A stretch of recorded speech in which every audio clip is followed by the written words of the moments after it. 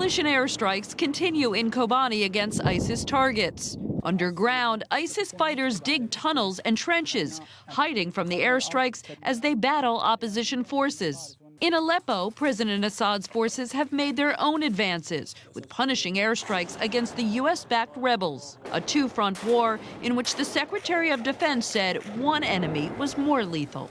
Yes, they want to see Assad go. Yes, there's no question.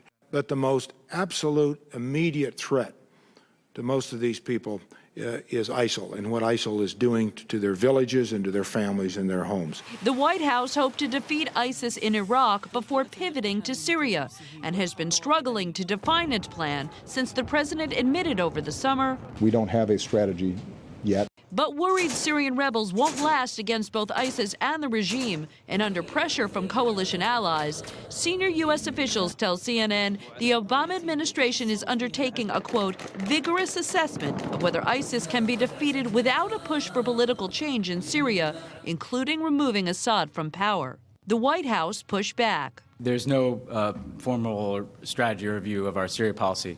What there is a strategy for degrading and ultimately destroying ISIL that requires us to take a hard look at what we're doing on a regular basis. The focus on Assad is a change in tone from 2 months ago when Secretary of State John Kerry told CNN there was no link between Assad and ISIS. It is going to be our policy to separate Assad, who is mostly in the western part of Syria, in a certain corridor, from the eastern part of Syria, which he doesn't control.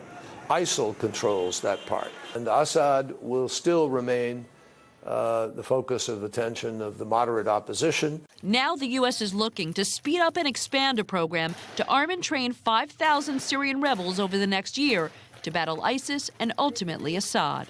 When the U.S. trains rebels, that they're out not only for ISIS, but for the Assad regime, and he could begin to resist. And that's the point where, what will the U.S. do?